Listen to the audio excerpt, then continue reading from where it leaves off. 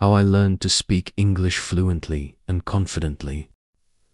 Welcome to English Podcast Library. Unlock your English potential. Hey there, English learners and knowledge seekers. Welcome to English Podcast Library, your go-to channel for mastering English the smart and enjoyable way. Whether you're aiming to sharpen your listening skills, improve your vocabulary, or just gain more confidence in real conversations, you're in the right place. In today's video lesson, we're diving into common phrases in daily English or how to speak fluently without translating. A practical and easy-to-follow lesson packed with real-life examples, clear explanations, and tips you can use right away. No boring lectures, no confusing grammar drills. Just natural English taught through engaging podcasts and friendly teaching. Exactly what you need to take your skills to the next level. So hit that subscribe button, give this video a thumbs up, and don't forget to turn on the bell so you never miss a new lesson. Now, grab your notebook, get comfortable, and let's jump into today's lesson on insert specific topic again. Part 1. The beginning of my English journey *. Hello there, my friends. My name is Andrew, and today I want to share with you a story, not just any story, but my story, about how I learned to speak English fluently and confidently, not from a textbook, not from a script, but from real life, from embarrassment, from struggle, from persistence, from believing in myself even when others didn't. So grab a chair, take a deep breath, and let's have a conversation, a real one, about how you, yes you, can talk to people in English confidently, just like a native speaker. Let's start at the beginning. I wasn't born in an English-speaking country. In fact, my environment had very little English around me growing up. English was something I saw in movies and music, not in conversations. I remember the first time I tried to speak English in public. I was 16. My hands were shaking. My voice was small. The sentence came out all jumbled. The person I was speaking to smiled politely, but I knew I wasn't making sense. I felt humiliated. I wanted to give up. But something inside me said, "No, Andrew, not yet. You just started." That moment became the turning point. I made a promise to myself. One day I will speak English so well that people will want to learn from me. Part 3. Speaking daily, even when no one's listening. Now, let's talk about practice. One of the most powerful habits I built early on was speaking English out loud every single day, even when no one was around. I would walk around my room, narrating everything I was doing in English. I'm brushing my teeth now. I'm opening the window. I'm looking at the sky. It's blue today. It sounds silly, doesn't it? But here's the truth.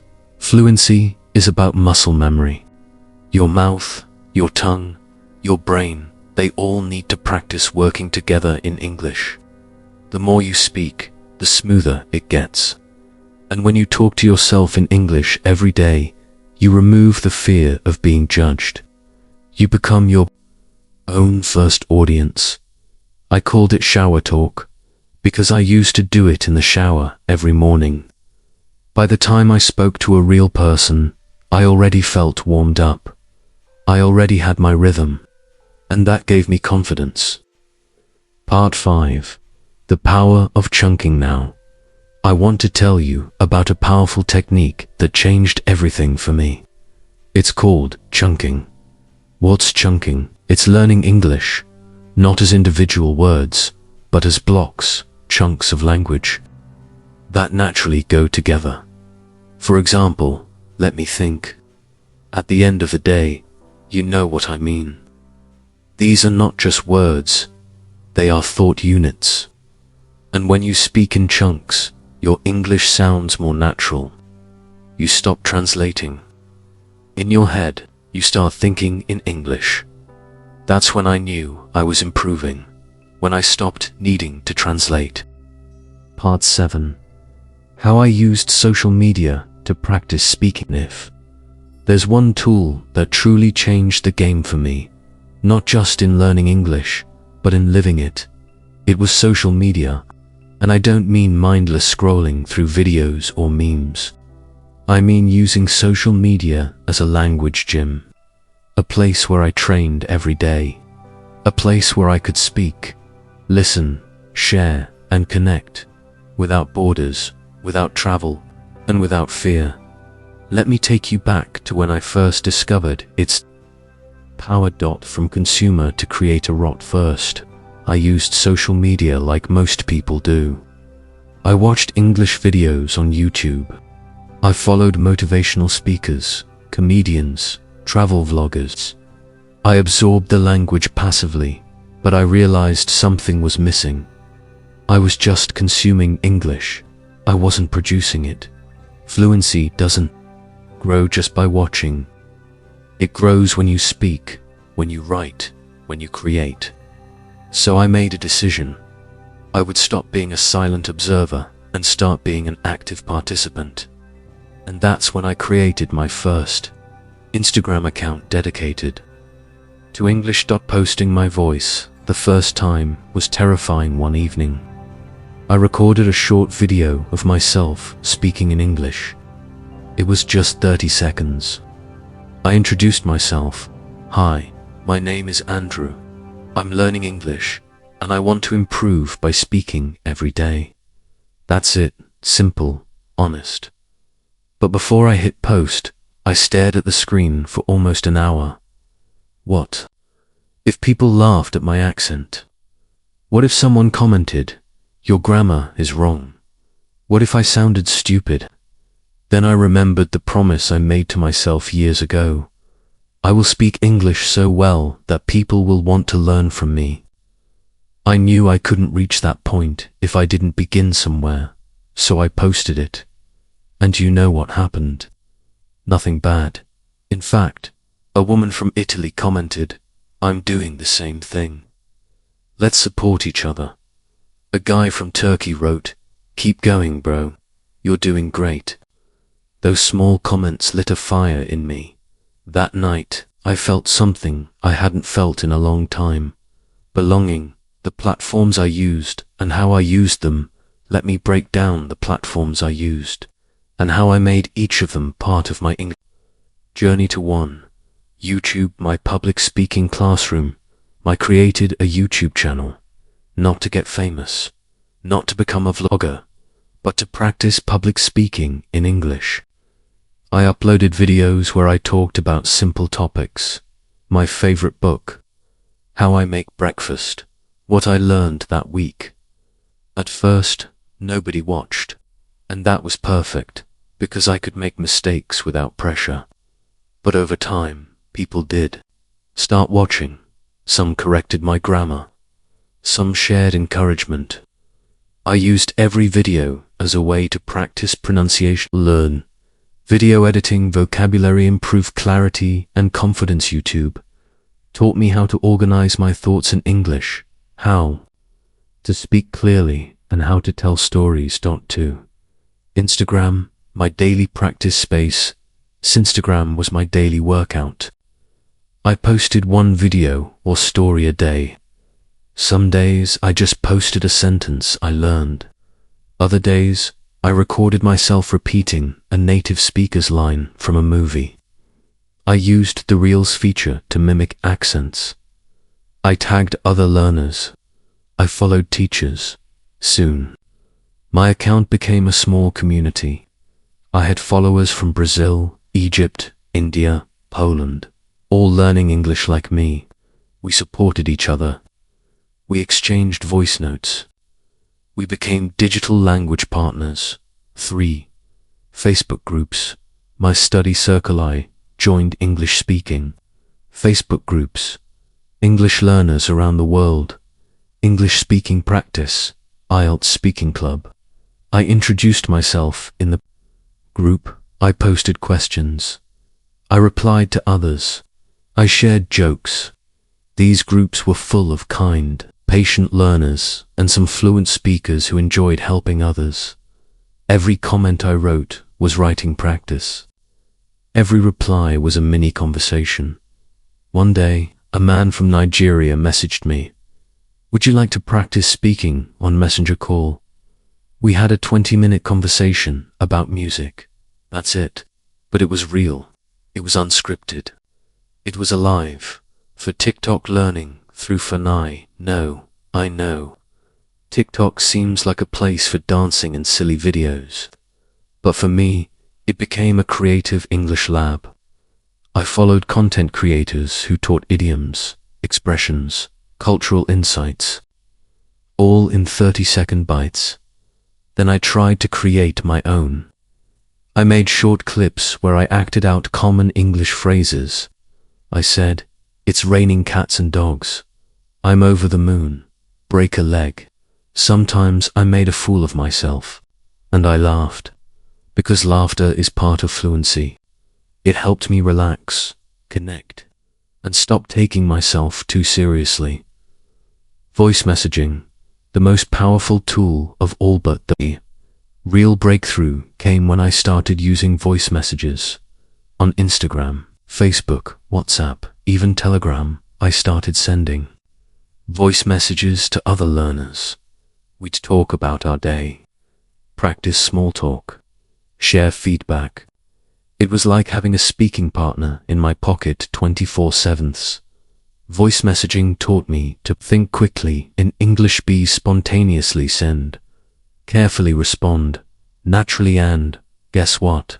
Unlike live calls, you don't have to respond immediately.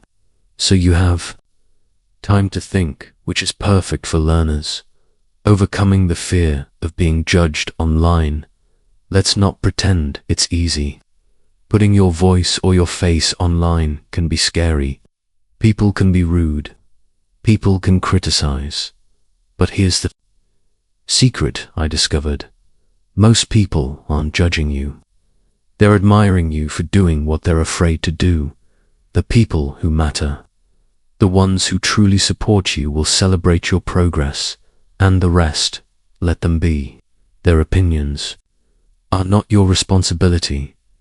I decided to focus on progress, not perfection. One video at a time, one comment at a time, one voice note at a time. Results I never expected because of social media. I got invited to a virtual English conversation club with people from 12 countries. I was interviewed by a podcast host in Canada about my journey. I was offered a remote freelance job writing blog posts in English, and most beautifully, I made friends I still talk to today. All because I pressed record. All because I posted, even when I was nervous. My advice for you, if you're learning English and want to become fluent and confident, start small. Record a 10-second video, post regularly. Make it part of your routine. Engage, leave voice, comments, answer questions, join challenges, use hashtags, #LearnEnglish, #English speaking practice, find speaking buddies, practice through DMS or group calls, and most importantly, be yourself. People connect with authenticity more than accent or grammar. Would you like me to continue with part 8? Learning from my mistakes, real conversations gone wrong next? Or would you prefer to receive all completed parts as a single downloadable document at this point? Part 9. Using stories instead of just facts. Let me ask you something. Have you ever met someone who spoke perfectly correct English? No grammar mistakes, wide vocabulary, but still sounded boring. Now have you met someone who made a few mistakes, had a bit of an accent, but told a story that made you lean in, laugh, maybe even cry a little? That's the difference between talking and connecting. If you want to speak English confidently, not just fluently, but in a way that makes people Listen, you must learn this truth. Facts tell, but stories sell. Let me explain what that means, and how it changed the way I speak forever. The power of a story. Think about this. You ask someone, "How was your weekend?" And they say, "It was fine. I stayed home, watched a movie, ate dinner." Okay, that's information. But now, imagine they say, "Oh man, I tried to cook spaghetti and somehow set off the smoke alarm. My cat freaked out and jumped into the sink. Then my neighbor knocked on the door thinking there was a fire." So yeah, dinner was exciting. Which version do you remember? The second one. Of course. Why? Because it's a story. Stories stick. Stories engage. Stories create emotion. And that's what people remember. Not grammar. Not word count. How I switched from facts to stories in the beginning. My English was very robotic. I answered questions like this. Yes, I went to school. It was good. I like music. I listened to it every day. My favorite food is pizza. Technically, those are correct, but they don't open the door to conversation. They close it. So I asked myself, how do native speakers keep conversations going? And I realized something powerful. They turn answers into mini-dash stories. So, instead of saying my favorite food is pizza, I began saying, "Oh, definitely pizza. I remember when I was a kid, my parents would order it every Friday night. My brother and I used to fight over the last slice. We even tried to hide it from each other in the fridge." See that? Now I'm not just giving you a fact. I'm inviting you into my memory. Why stories build confidence now? You might be thinking, "But Andrew, what if I don't have interesting stories?" Trust me, you do. Everyone does. And here's why stories build confidence. 1. You know them already. When you tell a story from your life, you don't need to memorize anything. It's your memory. You just need to find the English to express it. 2. People listen more patiently when people realize you're telling a story. They stop judging your grammar. They lean in. They become curious. They want to hear the ending. And when your listener is interested, you feel more confident. 3. You get to practice real vocabulary. Stories let you practice the words people actually use. Like then, suddenly, after that, so, because, I felt like. These are the glue of fluent speech. How I practiced storytelling in English. Let me give you a few exercises I used that helped me become a better storyteller in English. Exercise 1. Tell me about a time when every day I picked one. Of these prompts, tell me about a time when you were really happy. Tell me about a time you got lost. Tell me about a funny moment at school. Tell me about a time you were nervous to speak English. And I would record myself answering for 1 to 2 minutes. Sometimes I messed up. Sometimes I had to pause. But every time I got better at organizing my ideas, beginning, middle, end. Exercise 2. Story cards. I made little story cards for myself. On each one, I wrote something like, a bad haircut, your first pet, the worst food you ever tasted, a dream you had. Then I shuffled the cards, picked one, and tried to speak about it in English for 1 minute. No preparation. This helped me think quickly and speak naturally. Exercise 3. Change the ending. I took real events and added imagination. For example, last weekend I went to the supermarket, and guess what?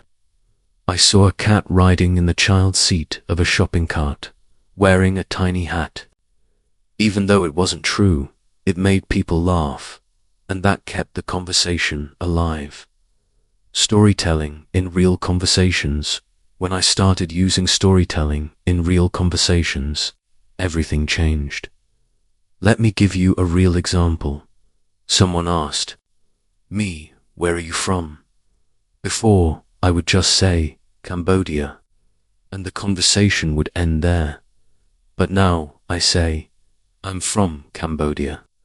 Actually, I grew up in a small town with dusty roads and mango trees in every yard.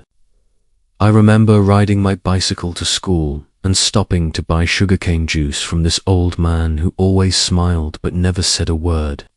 Now the person listening feels something. They see the image, they connect, and they usually respond with something like, "Wow, that sounds beautiful. What was school like there?" And just like that, the conversation flows. Using storytelling in job interviews. Storytelling didn't just help in casual conversations, it helped in job interviews too. When asked, "Can you describe a time when you worked well under pressure?" Most people give answers like, "Yes, I worked hard and met the deadline," but I said, "Absolutely. Last year, my team had to deliver a project in 48 hours due to a client emergency. I stayed in the office overnight with 2 teammates. We took turns napping on beanbags and lived on instant noodles. But we finished on time, and the client said it saved their business." That story was memorable, and it got me the job. Tips. To make your stories better, want to know how to turn your simple story into a great one. Follow this formula. 1. Set the scene. When, where, what was happening. 2. Build tension. What went wrong? What made it interesting? 3. Add emotion. How did you feel? 4. End with meaning. What happened in the end? Or what did you learn? And here's my favorite rule. Make the listener feel something. Not just understand something. Even small stories matter. You don't need to climb Mount Everest or save a puppy from a burning house to tell a great story.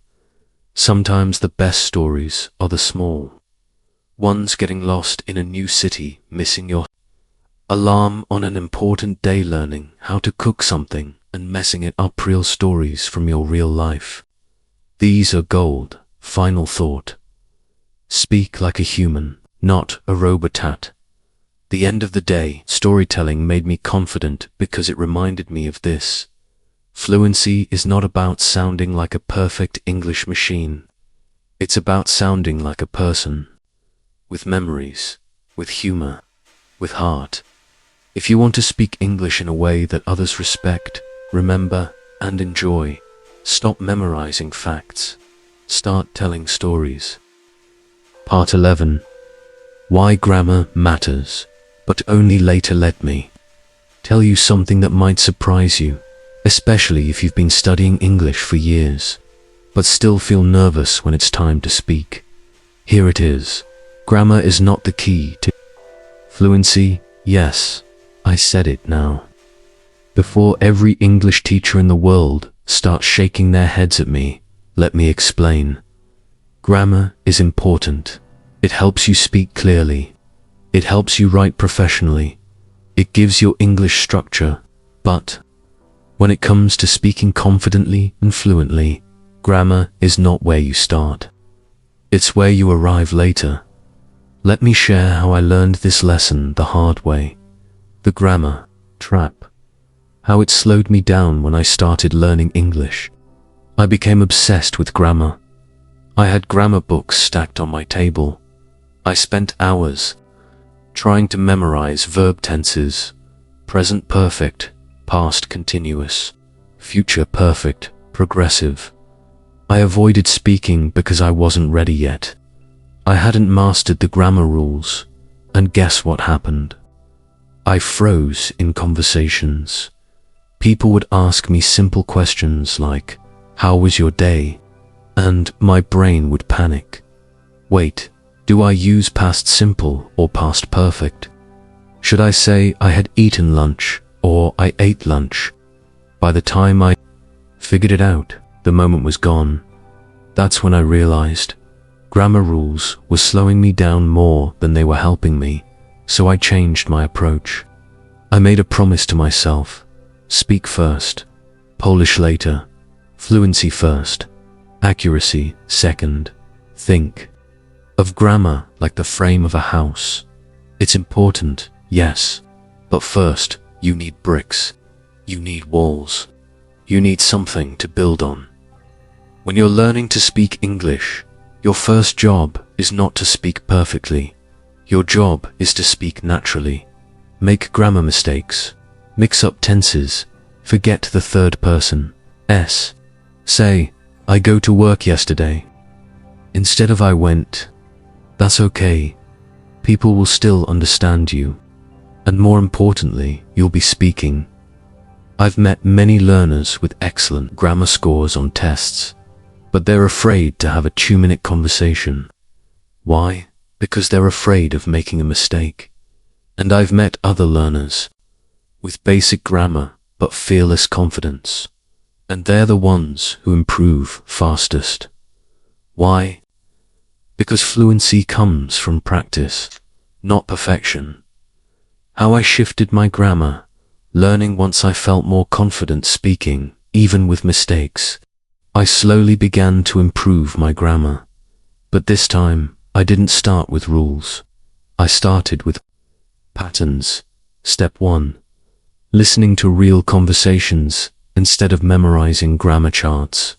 I listened carefully to native speakers, podcasts, TV shows, YouTube, interviews, conversations in coffee shops. I paid attention to how they used grammar, not just what was correct. I noticed things like, they often say, I've been meaning to, instead of I wanted to. They say, I was just thinking. Even when they're thinking now, they drop the subject, gotta go, instead of I've gotta go. These were real, living examples of grammar, not stiff rules. Step 2. Learning by chunks.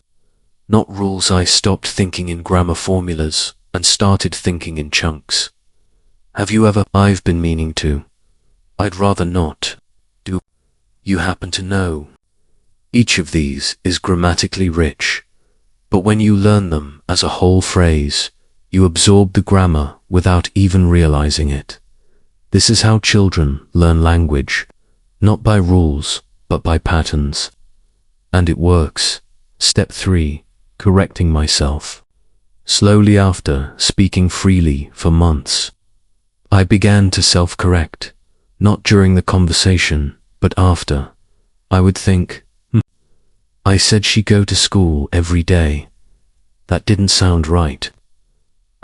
It should be she goes. Got it. I didn't beat myself up. I just made a note. And the next time, I got it right. The understand first, master later philosophy.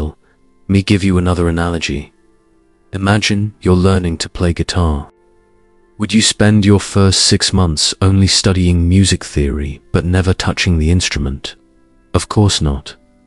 You'd start strumming, you'd play out tough tune chords, you'd make mistakes, but you'd be playing. And once you had the feel of the music, then you'd start learning the deeper theory. Grammar works the same way. Start with function. Later, go back and refine the form. When grammar does matter now, don't misunderstand me. Grammar does matter.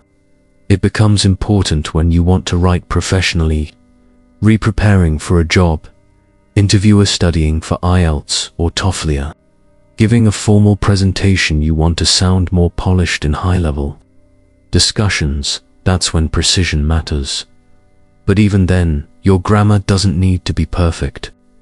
It needs to be clear. You don't need to know every exception. You just need to say what you mean without confusion. My favorite grammar tools, later, not sooner. When I was ready, I used grammar tools in small, focused doses. Here are some that helped me, Grammarly, to improve my writing and learn from my mistakes. English Grammar in Use by Raymond Murphy. The Blue Book that every learner knows. but I used it after I was speaking confidently. YouTube grammar. Lessons, short, visual, focused on usage. Not just rules language exchange, where my partners corrected me gently and explained why something sounded off, but I never let grammar stop me from communicating. I made it my assistant, not my boss. Final thought. Speak like a human, not a grammar book. The end of the day, remember this. No one ever said, "Wow, that person is so fun to talk to. Their past perfect tense is amazing." They say, "That person was easy to talk to." I understood them clearly. They made me laugh. They told great stories. I felt connected to them.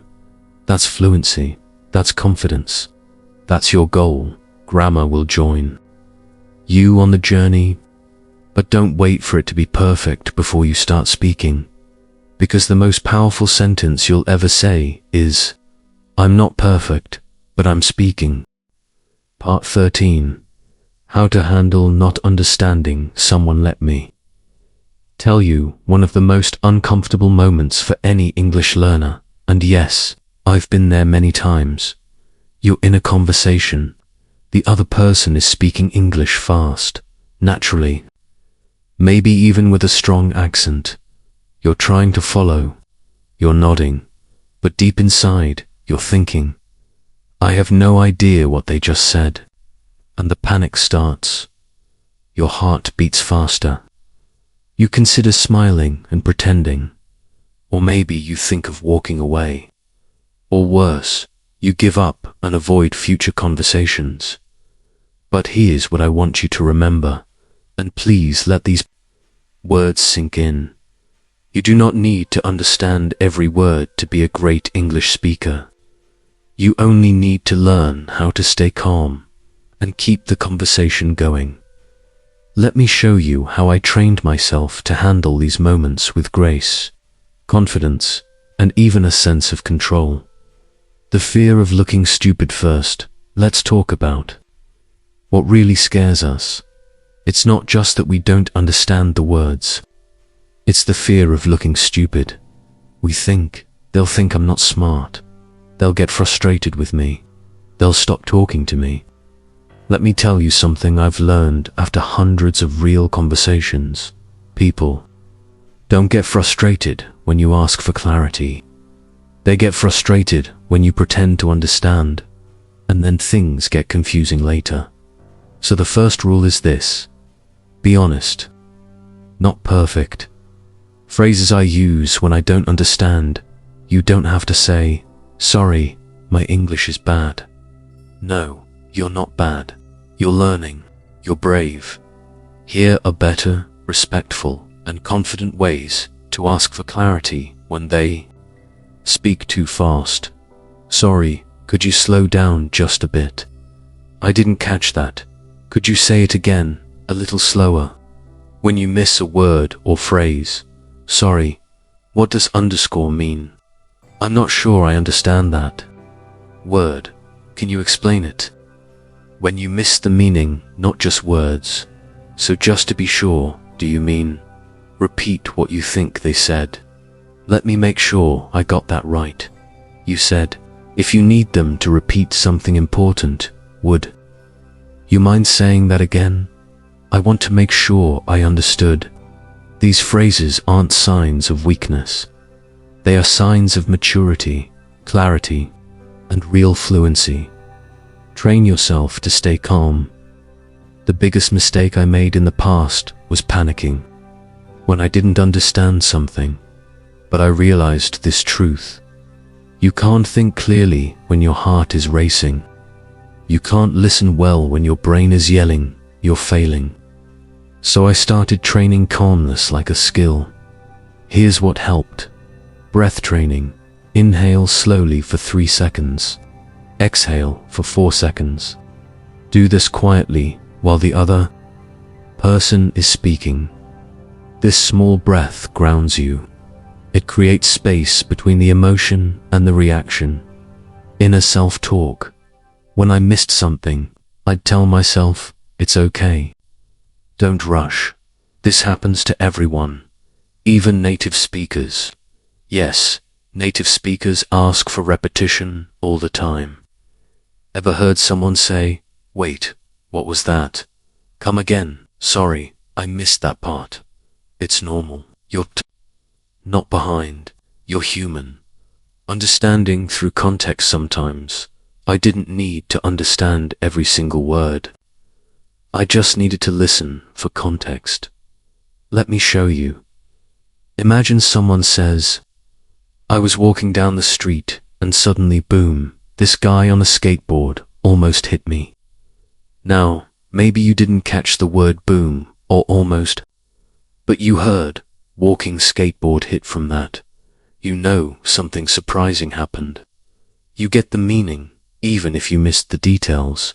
So I trained myself to stop worrying about 100% accuracy. Instead, I focused on key words, body language, tone of voice, reaction from others. This gave me the tools to stay present and continue the conversation, even if I missed a few puzzle pieces. Using active listening techniques. The problem isn't the other person. It's that I'm not really listening. I'm in my head, thinking about what I'll say next. So I started practicing active listening. This means nodding to show you're engaged, repeating key words to check understanding. You said you were exhausted because of the meeting. Asking follow-up questions to stay in the flow. What happened after that? How did you feel? This way, I stayed involved, and it gave me clues to understand more deeply. Don't fake it. Clarify it. One of the biggest mistakes I made and saw others make was pretending to understand just to move on. It backfired every time. Example, a friend once invited me to a dinner party. She said, "We're doing a potluck, bring something you love." I didn't know the word potluck, but I nodded and said, "Sure." So I showed up empty-handed, and everyone else had brought food to share. I was so embarrassed after that day. I promised myself, never pretend to understand, just to save face. Instead, always ask. It shows respect for the other person, and for yourself. What to do after the conversation. Our conversation where I didn't understand something. I didn't just walk away. I reviewed it in my head. What word did I miss? What was the topic? Could I look it up later? What phrases could I use next time? I even kept a notebook, my confusion book, where I wrote down anything that stumped me. Then I looked it up, asked a friend, or searched it online the next time that word came up. I was ready. Final thought. Fluency includes, I don't know, here's what I've come to believe. A truly fluent English speaker is not the one who knows all the answers. It's the one who knows how to ask for help without shame, being able to say, "Could you repeat that? I didn't quite catch that. Can you explain that another way?" That's not weakness. That's communication. That's connection. That's real confidence. So don't be afraid of not understanding. Be proud of how you handle it, because fluency isn't just about what you know. It's about how you respond when you don't. Part 15. Final reflections. What confidence really means. So here we are. My friend, you've walked with me through fear, practice, mistakes, conversations, and growth. You've heard my stories, the awkward ones, the funny ones, the victorious ones. And now, as we come to the final chapter of this journey, I want to leave you with something deeper than grammar, tips, or speaking tricks. I want to talk to you, really talk to you, about confidence, because that's what you're truly seeking. Right? Not just fluency, not just pronunciation, but that feeling, that inner strength when you walk into a room, open your mouth and say, "I am not perfect, but I am ready, and I am enough." Let me tell you how I got there, and how you will too. Confidence is not something you have, it's something you build. So many people say, I'll speak when I feel confident. I'll join that class when I'm ready.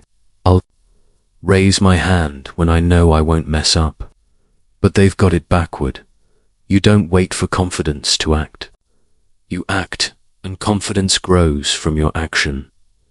I didn't feel confident the first time I recorded myself, or when I sent a voice message, or when I introduced myself to a native speaker. I felt nervous. I felt unsure. But I did it anyway, and every time I did, confidence grew, quietly, slowly, like a plant pushing up through the dirt, one leaf at a time. Confidence isn't about knowing everything.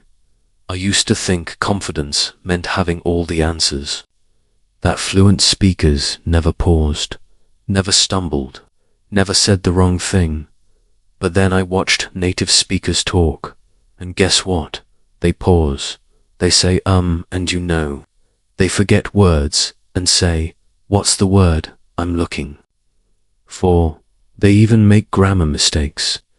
And I realized, confidence is not about being perfect. It's about being at peace with imperfection. You can forget a word and smile. You can make a mistake and keep going. You can say, I don't know, and still sound strong. That's real confidence. Confidence comes from self-respect. At the heart of confidence is this simple truth. You matter. Your voice matters. Your story matters. You have value, even if your grammar isn't perfect. Even if your accent is strong. Even if you're still learning. When you speak, you're not just delivering words. You're showing people who you are, and when you respect yourself, people feel it. They stop focusing on your mistakes and start listening to your message. Confidence is a daily practice. Confidence is like a muscle. If you use it, it grows. If you avoid using it, it gets weaker. So practice every day. Not just English, but courage. Say hello to someone, start a conversation online. Record your voice and listen with kindness. Make one mistake on purpose and smile when you do. Every small act is a brick, and brick by brick, you build your house of confidence. One day you'll walk into a conversation and realize you're not scared anymore. You're ready, what I know now, and what I believe. For you, if you had met me years ago, shy, insecure, stumbling over English words, you might not believe I'd one day become someone who helps others find their voice. But here I am. And if I can do it, so can you. Here's what I know now, after all these years. Fluency doesn't begin in your mouth. It begins in your heart. Confidence isn't built in silence. It's built in messy, real conversations. Your voice in English doesn't need to sound native. It needs to sound authentic. And most of all, you don't have to be perfect to be powerful. You just have to be brave enough to try. A final message from me to you. So, if you ever doubt yourself, if you ever feel stuck, lost, frustrated, or embarrassed, come back to this message. Hear my voice in your head saying, you're doing better than you think. You're learning, you're growing. Every time you speak, even if it's broken, you are building something beautiful. Don't give up, because someone out there needs your voice.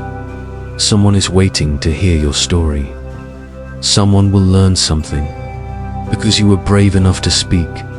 And when that moment comes, when your English becomes the bridge to a new connection, a new opportunity, a new life, you'll remember this journey and you'll say, I didn't just learn to speak English. I learned to believe in myself. And that, my friend, is what confidence really means. Thank you for walking with me. This is the final reflection of our journey together. But this isn't the end. It's your beginning. You now have the tools, the mindset, and the momentum. All that's left is action.